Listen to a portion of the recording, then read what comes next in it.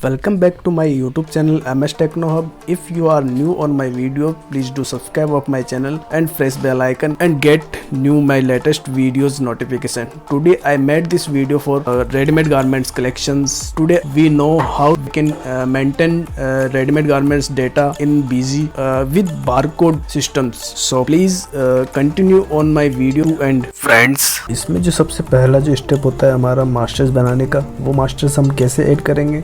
वैसे तो मैंने यहाँ पे ज़्यादातर मास्टर्स मेरे जो रिक्वायर्ड थे वो मैंने बनाए हुए हैं। अगर आपको कोई नए मास्टर्स बनाने हैं वो कैसे ऐड करते हैं उसके लिए मैंने लिंक डिस्क्रिप्शन में दे रखा है, आप वहाँ पे जाके उस पर क्लिक करके आप वो वीडियोस देख सकते हो। ठीक है, नेक्स्ट अब हम यहाँ पे ट्रांजेक्शन पे चलते हैं। सबसे पहले मैं एक यहाँ पे परचेज ऐड करता हूँ। जो आप माल परचेज किया है, गुड्स जो परचेज किया अपन ने, उसको मैं परचेज ऐड करके यहाँ पे बता देता हूँ। मैंने यहाँ पे ऐड किया। यहाँ पे मैं IGST क्यों ले रहा हूँ ये आपको मैं बताऊँगा आगे, क्योंकि मेरी जो ये राधिका इंटरप्राइजेज, क्योंकि इसका GST नंबर है वो आउट ऑफ स्टेट के, इसलिए मैंने यहाँ पे IGST लगाया है। क्योंकि अपने जो बिल के अंदर अगर सेम स्टेट से अपना बिल है कंडीशन में अपने CGST और HGST लगता है। अगर अपना आउट ऑफ स्टेट से बिल है तो उस कंडीशन में अपने IGST लगता है। तो यहाँ पे अपने को मैंने इसीलिए परचेज टाइप में यहाँ पे IGST लिया है। आगे बढ़ते हैं। मैं यहाँ पे एक मेंस जीन्स परचेज करता हूँ। इसकी 50 क्वान्टिटी मैंने परचेज की है। ठीक है, एंटर करूँगा तो यहाँ देखिए मुझे यहाँ पे पैरामीटर डिटेल के अंदर ये सारी चीज़ें इसकी डिटेल में पूछेगा।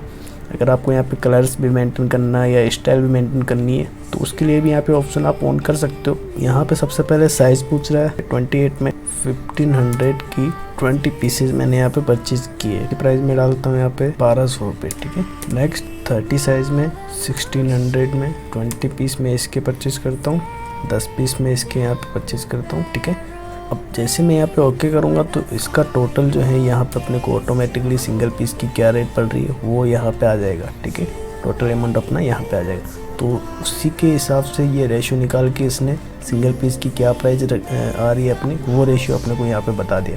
बाकी के इसके जो बारकोड है वो ऑटोमेटिकली यहाँ पे जनरेट होते रहेंगे।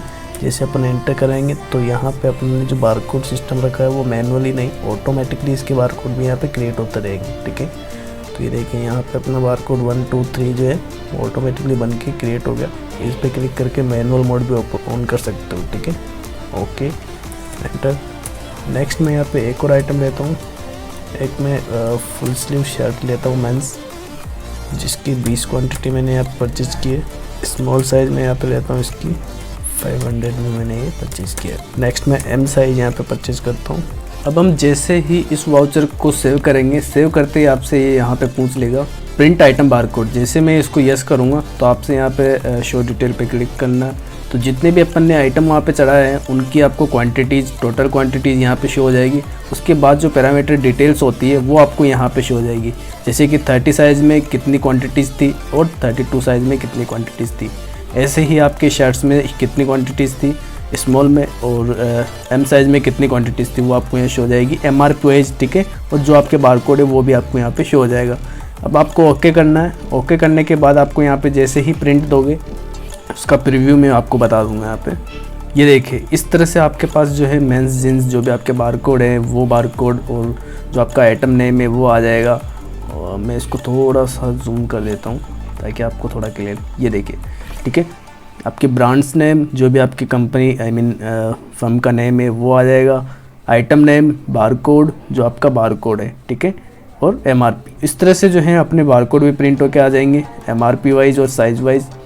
अगर आपको कुछ और चीज़ें भी इसमें फ़ीड करनी है तो वो चीज़ भी अपन फ़ीड कर सकते हैं। जो भी जैसे कि कोई और भी डिटेल अपने को फ़ीड करनी है तो वो भी अपन यहाँ पे अच्छे से फ़ीड कर सकते हैं। ठीक है, अब नेक्स्ट अपन चलते हैं यहाँ पे इनको सेल आउट करना है। सेल में मैं जैसे ही यहाँ पे ऐड करता हूँ, एंटर। यहाँ पे आपको कस्टमर की डिटेल बननी है। जो भी कस्टमर का मोबाइल नंबर है, उसका नाम है, वो आपको यहाँ पे टाइप करना है। क्या अपने सेल्समैन है, सेल्समैन जैसे पिंटू है या चिंटू है, जो भी आपका सेल्समैन है आप उसको यहाँ पे सेलेक्ट करना है, एंटर। यहाँ पे आप बारकोड स्कैन करोगे तो ऑटोमेटिकली यहाँ पे पूरा आइटम जो है वो आ जाएगा। अदरवाइज़ यदि आपके पास बारकोड नहीं है, मतलब बारकोड स्कैनिंग गन नहीं है, तो आपको यहाँ पे मैनुअल आइटम को सर्च करना है। अभी ये ऑप्शन भी यहाँ से अपन इनेबल कर सकते हैं, वाउचर डिटेल पे क्लिक करके पोस्ट बिलिंग। ठीक है, अब मैं यहाँ पे इस ऑप्शन को यस करूँगा, pick item name from barcode.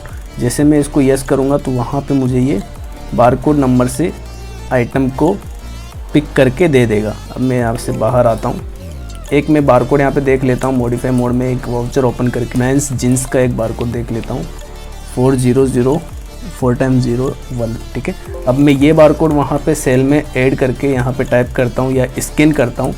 अब यहाँ पे मैं वो बारकोड टाइप करता हूँ 4x01। जैसे मैं यहाँ पे एंटर करूँगा तो ये देखिए ऑटोमेटिकली मेंस जींस यहाँ पे मेरे आ गया और कितनी क्वांटिटी जिसकी थी वो भी यहाँ पे मुझे शो हो जाती है।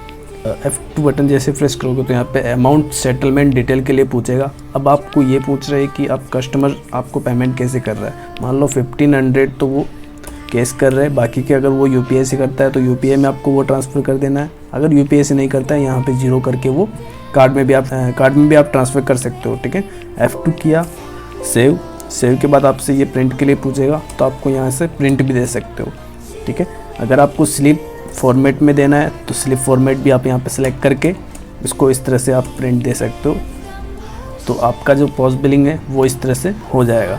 जो भी आपकी डिटेल है इस फॉर्मेट को आप अपने हिसाब से कॉन्फ़िगर करवा सकते हो। जैसे आपको यहाँ पे साइज़ भी शो करवानी है या फिर कलर भी शो करवाना है तो ये सारी चीज़ें भी अपन यहाँ से मेंशन करके इसमें करेक्शन कर सकते हैं। यदि आपका फर्म का लोगो है तो वो भी अपन यहाँ पे लगा सकते हैं। ठीक है, तो ये जो डिज़ाइन है, ये फॉर्मेट का जो डिज़ाइन है वो आप अपने हिसाब से कॉन्फ़िगर करवा सकते हैं। एज ए एग्ज़ाम्पल जैसे अब हम शाम को जैसे सेल देखते हैं अपनी कितनी सेल हुई है, कितनी कैश हुई है और कितना क्या हुआ है, तो वो चीज़ अपन यहाँ से अकाउंट समरी के अंदर सेटलमेंट डिटेल्स के अंदर आप देख सकते हो कि कितनी तो आपके पास कैश आई है और कितने आपका UPI से पेमेंट हुआ है और टोटल अमाउंट की कितनी सेल हुई है। तो इस तरह से आप अपनी जो सेल है और सेटलमेंट डिटेल है उसको आप मैनेज कर सकते हैं। नेक्स्ट अब हम स्टॉक पे चलते हैं। स्टॉक हम कैसे मैनेज करते हैं बीजी के अंदर, तो वो चीज़ यहाँ से आपको स्टॉक स्टेटस में क्लोजिंग बैलेंस अल्फ़ाबेटिकल डिटेल में आप देख सकते हो ऑल आइटम का कि आपके पास कितना स्टॉक रखा हुआ है। तो यहाँ पे आपको जो है मेंस जींस के 50 क्वांटिटी अपन ने इन की थी और 2 क्वांटिटी अपन ने आउट कर दी, तो 48 क्वांटिटी जो अपने पास क्लोजिंग है वो आपके पास यहाँ पे शो होता रहेगा। ठीक है, अब इसकी डिटेल देखनी है आपको तो यहीं पे आप एंटर करोगे तो यहाँ से आपको बता देगा कि राधिका एंटरप्राइजेस से अपन ने परचेज़ की थी 50 क्वांटिटी। ठीक है, इस परचेज बिल से, और ये अपन ने सेल आउट कर दिए 2 क्वांटिटी 48 और अपने पास पीस रखे हुए हैं। अगर आपको पैरामीटराइज मतलब कि साइज़ वाइज और ये सारी चीज़ें मैनेज करनी है वो देखना है आपको, तो यहाँ पे पैरामीटराइज रिपोर्ट भी दी हुई है बीजी के अंदर। तो पैरामीटराइज क्लोजिंग स्टॉक में आप यहाँ पे डिटेल में देखोगे ऑल आइटम मैंने दिया, ओके किया, तो यहाँ पे मुझे यहाँ डिटेल में भी शो हो जाएगा कि 30 साइज़ में मेरे पास 30 क्वांटिटी मैंने परचेज की थी और 2 आउट कर दिए, तो 28 क्वांटिटीज़ मेरे 30 साइज़ में जो है वो यहाँ पे रखी हुई है। 32 में मेरे पास कितनी है वो मेरे यहाँ पे टोटल यहाँ पे मैंने एक भी सेल आउट नहीं की है, तो टोटल मेरी 20 क्वांटिटीज़ जो है वो 32 साइज़ में रखी हुई है। ठीक है, M साइज़ में जो भी अपनी शर्ट है वो सारा स्टॉक जो है आपको यहाँ पे पैरामीटराइज शो हो जाएगा। ठीक है, नेक्स्ट अब हम यदि यहाँ पे आपको पर्टिकुलर एक बारकोड की रिपोर्ट देखनी है तो वो भी अपन यहाँ देख सकते हैं BCN वाइज क्लोजिंग स्टॉक कि कौन कौन सा बारकोड अपने पास रखा हुआ है, तो उसकी डिटेल देख सकते हैं। ओके किया तो मुझे यहाँ पे ये शो हो जाएगा कि इस बारकोड की मेरे पास कितनी क्वांटिटीज़ रखी हुई है। ठीक है, ताकि आप बारकोड वाइज भी अपना स्टॉक जो है मैनेज कर पाओगे कि अपना इस बारकोड का इतना स्टॉक मेरे पास रखा हुआ है और इतना स्टॉक आउट हो गया। ठीक है, जैसे मेरे जितने भी ये 4x01 30 साइज़ का जो है ये मेरे पास बारकोड थे, 30 पीस मैंने इन किए थे और 2 आउट कर दिए और 28 पीसेस मेरे पास और रखे हुए हैं। ठीक है, ये चीज़ अपन जो है इस तरह से मैनेज कर सकते हैं। BCN वाइज बारकोड वाइज भी अपन ये स्टॉक को मैनेज कर पाएंगे। अगर आपको पर्टिकुलर एक बारकोड की क्वेरीज देखनी है तो आपको यहाँ पे क्वेरी सिस्टम के अंदर आपको ये शो हो जाता है क्वेरी ऑन बारकोड नंबर। ठीक है, आप यहाँ पे वो बारकोड नंबर डालोगे तो आपको उसकी पूरी डिटेल पूरी हिस्ट्री आपके सामने खोल के दे देगा सॉफ्टवेयर कि ये बारकोड कहाँ से आया था और कहाँ पे गया है। ठीक है, तो ये चीज़ भी एक अच्छा ऑप्शन है बीजी के अंदर, तो ये भी आप यूज़ कर सकते हैं। ठीक है, नेक्स्ट अपन GST रिपोर्ट्स GST रिटर्न्स यदि CA को देनी है तो वो यहाँ पे GST रिटर्न्स के अंदर GST R1 ई रिटर्न आपको यहाँ पे जाना है। डायरेक्ट अपलोड करना है तो आप डायरेक्ट अपलोड भी कर सकते हैं। GSN में देना है CA को तो GSN में भी आप यहाँ पे दे सकते हो। प्लेन एक्सेल में देना है, मैंने प्लेन एक्सेल सेलेक्ट किया। जिस भी डेट से जिस डेट तक का देना है वो डेट आप यहाँ पे मेंशन करके, ठीक है, जहाँ पे भी आपको ये जो फाइल है GST R1 ये एक्सपोर्ट करनी है, मुझे यहाँ पे डेस्कटॉप पे करनी है तो मैंने यहाँ पे डेस्कटॉप पे सेलेक्ट कर लिया। तो ये सारे एरर आपको back to back step by step आपको सारी जो एरर्स है ये चेक करनी है, ठीक है। मैं आपको यहाँ पे डायरेक्टली बता रहा हूँ। तो ये एक्सपोर्ट कर देते हैं अपन। तो इस तरह से जो है अपनी GSTR1 की जो फाइल है वो डेस्कटॉप पे क्रिएट हो चुकी है। अब अपन वहाँ से CA को मेल कर सकते हैं, ठीक है। ये डेस्कटॉप पे जो है मेरी वो GSTR1 बन गई है। आप यहाँ से इसको मेल कर सकते हो। नेक्स्ट हम यहाँ पे देखेंगे कि किन किन का अमाउंट हमें देना है। तो वो चीज़ अपन यहाँ से आउटस्टैंडिंग में गए, आउटस्टैंडिंग एनालिसिस में पेमेंट अमाउंट पेएबल में, ठीक है, अकाउंट ओके किया। तो यहाँ पे हमें शो हो जाएगा कि राधिका एंटरप्राइजेज को हमें कितने रुपए देने हैं, ठीक है। तो यहीं से हम यहाँ पे अब इनको जैसे इनकी आउटस्टैंडिंग क्लियर करनी है तो यहाँ पे अपन गए पेमेंट में, ऐड किया, एंटर। मान लो मैं 5 अप्रैल को यहाँ पे इनको पेमेंट करता हूँ। बाय बैंक करना है तो यहाँ पे एक बैंक अकाउंट में यहाँ पे क्रिएट कर देता हूँ। ICICI बैंक अकाउंट मैंने यहाँ पे बनाया, F2 और सेव। अब यहाँ पे मैं इनको चेक से पेमेंट कर रहा हूँ। किसको कर रहा हूँ? राधिका एंटरप्राइजेज को, ठीक है। तो इनका जो करंट बैलेंस है वो मुझे यहाँ पे भी शो हो जाता है। 90,000 में इनको पे कर रहा हूँ। तो मैंने इसको डाला और चेक नंबर मैंने यहाँ पे मेंशन कर दिए, ठीक है।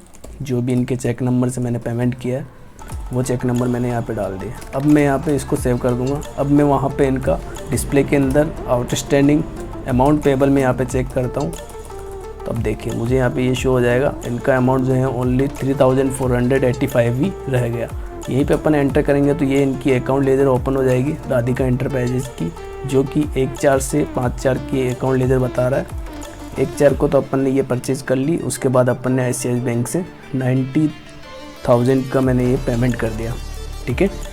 तो अब इनका जो क्लोजिंग अमाउंट है वो यहाँ पे बता देगा, ठीक है फ्रेंड्स। इसके अलावा और भी आपको कोई समस्याएं हैं तो वो आप मुझे कमेंट बॉक्स में पूछ सकते हो। Thank you.